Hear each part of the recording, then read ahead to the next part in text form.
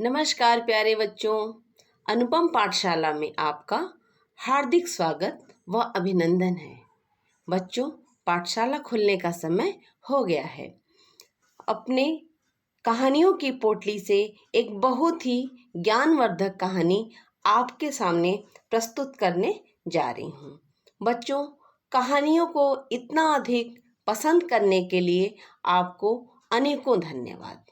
आप इसी प्रकार सब्सक्राइब, लाइक व शेयर करके मेरा उत्साहवर्धन करते रहिए और मेरा वादा है मैं आपके लिए शिक्षाप्रद, मनोरंजनकारी, अच्छी से अच्छी, एक से बढ़कर एक कहानी सुनाती जाऊंगी।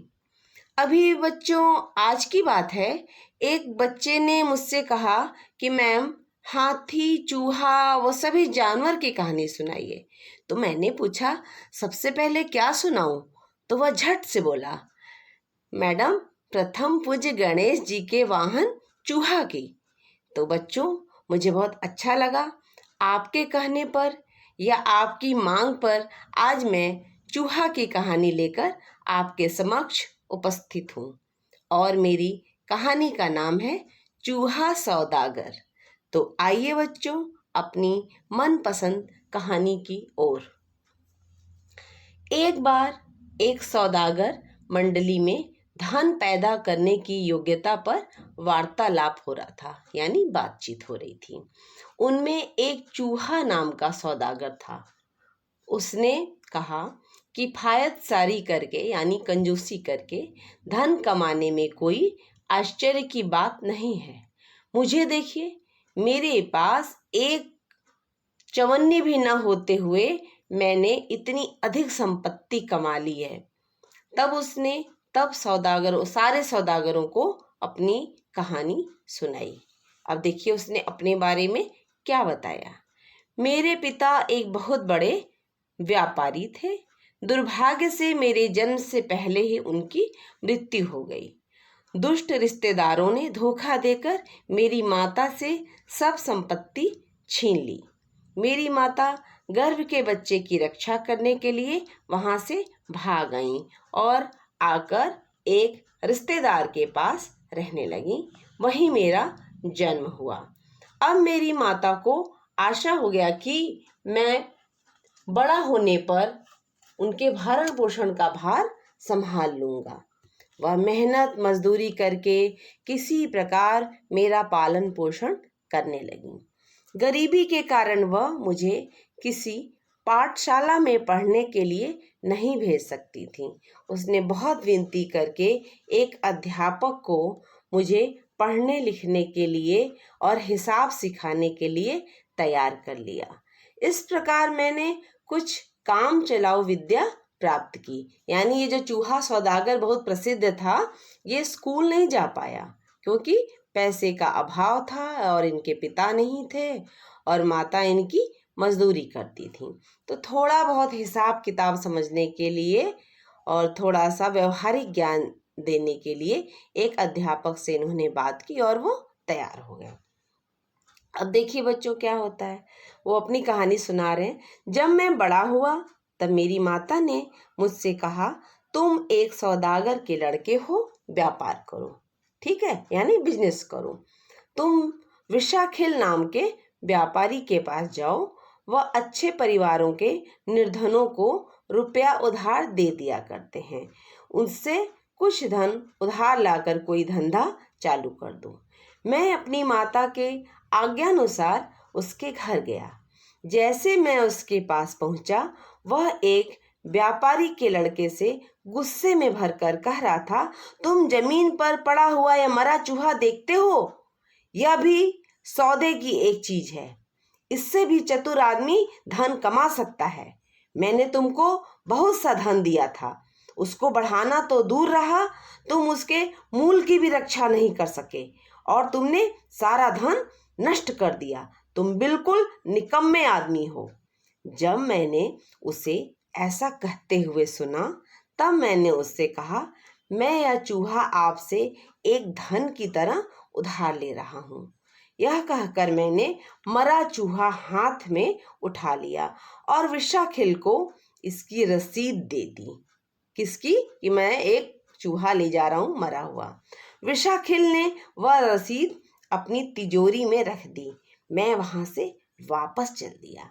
मैंने सुना कि वह व्यापारी मेरे इस काम पर हंस रहा था। मैंने वहां से आकर उस चूहे को एक व्यापारी की बिल्ली के लिए 2 मुट्ठी चनों के बदले में दे दिया। अब देखो बच्चों, इसने किस तरीके से दिमाग लगाया। बिल्ली को चूहा बहुत पसंद है। एक व्यापारी की बिल्ली को खाने के लिए कुछ चाहिए था, तब इसने मरे हुए चूहे को उसे दे दिया और उसके बदले में 2 मुट्ठी चने ले लिए। मैं चनों को भूनकर एक घड़ा पानी लेकर नगर के बाहर एक चौराहे पर चला गया और एक वृक्ष की छाया में बैठ गया। उधर से लकड़हारों का एक झुंड आ रहा था। मैंने बड़ी नम्रता से उन्हें चने दिए और पानी पिलाया। इसके बदले में वे खुश होकर हर एक लकड़हारे ने 2-2 लकड़ियां मुझे दी। समझ रहे हो ना? लकड़हारा किसे कहते हैं? जो लकड़ी का काम करते हैं, जंगलों से काट के लाते हैं और बेचते हैं, उन्हें लकड़हारा कहते हैं। तो इन्होंने उनको क्या दिया? चना खिलाया, पानी पिलाया और उन्होंने बदले में इनको 2-2 लकड़ियां दे दी। अब देखो ये क्या बता रहे हैं अपने बारे में। मैंने उन लकड़ियों को बाजार में बेच दिया और फिर कुछ चने मोल ले लिए। अब सभी लकड़हारे ने 2-2 लकड़ियां दी थी, तो इसके पास काफी लकड़ी हो गई। उस लकड़ी को इसने बाजार में जाके बेच दिया और ढेर सारे चने खरीद लिए। फिर मैंने चौराहे पर जाकर वही कार्य किया और मुझे फिर लकड़ियां मिल गईं। समझ रहे हो बच्चों? ढेर सारा चना खरीदा, फिर चने को भुना और फिर उसको बेचने के लिए बैठ गया। कुछ दिन तक रोज ऐसा करके और उन लकड़ियों को बेचकर मैंने कुछ धन कमा लिया। समझ रहे हो? लकड़हारे उधर से गुजरते थे और इनको लकड़ी देते थे और ये चना देते थे उनको खाने के लिए। इसके बाद 3 दिन तक उस धन से उनकी तमाम लकड़ी खरीदता रहा और उसे जमा करता रहा। इधर संयोग से अचानक वर्षा हो गई, यानी बारिश हो गई और शहर में लकड़ी की कमी हो गई। अब जब शहर में लकड़ी की कमी हो गई तो देखो फिर क्या होता है। इससे मेरी लकड़ी खूब महंगी बिकी। मैंने उस धन से एक छोटी सी दुकान खोल ली और धीरे धीरे अपने कमाए हुए धन से अपने कारोबार को बढ़ाता रहा। इस प्रकार अपनी चतुराई और सूझबूझ से नगर का एक बहुत धनी व्यापारी बन गया। अब मैंने सोचा कि मुझे उस व्यापारी का ऋण चुकाना चाहिए। मैंने सोने का एक उतना ही बड़ा चूहा बनवाया और अपना आभार प्रकट करते हुए मैंने जाकर वह चूहा वृषाखिल को दे दिया। वह मेरी इस सफलता से इतना प्रभावित और प्रसन्न हुआ कि उसने अपनी पुत्री का विवाह मेरे साथ कर दिया। इसी घटना के कारण मैं संसार में आज चूहा नाम से प्रसिद्ध हूँ। तो देखिए, मेरे पास कुछ भी ना होते हुए एक चूहे से मैंने यह अतुल संपत्ति पैदा की है। यह कहानी सुनकर दूसरे व्यापारियों को बहुत आश्चर्य हुआ।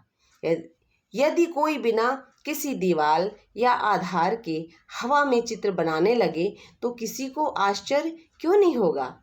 इस चूहा व्यापारी ने भी इसी प्रकार असंभव काम को अपनी योग्यता से संभव बनाया था। परिश्रम, अवसरवादिता, सच्ची लगन, धैर्य और बुद्धिमत्ता से मनुष्य असंभव कामों को भी संभव बना लेता है। तो ये रही बच्चों आज की कहानी और आपको काफ़ी अच्छी लगी होगी, क्योंकि आपने कहा था कि कोई हमको चूहा की कहानी सुनाइए।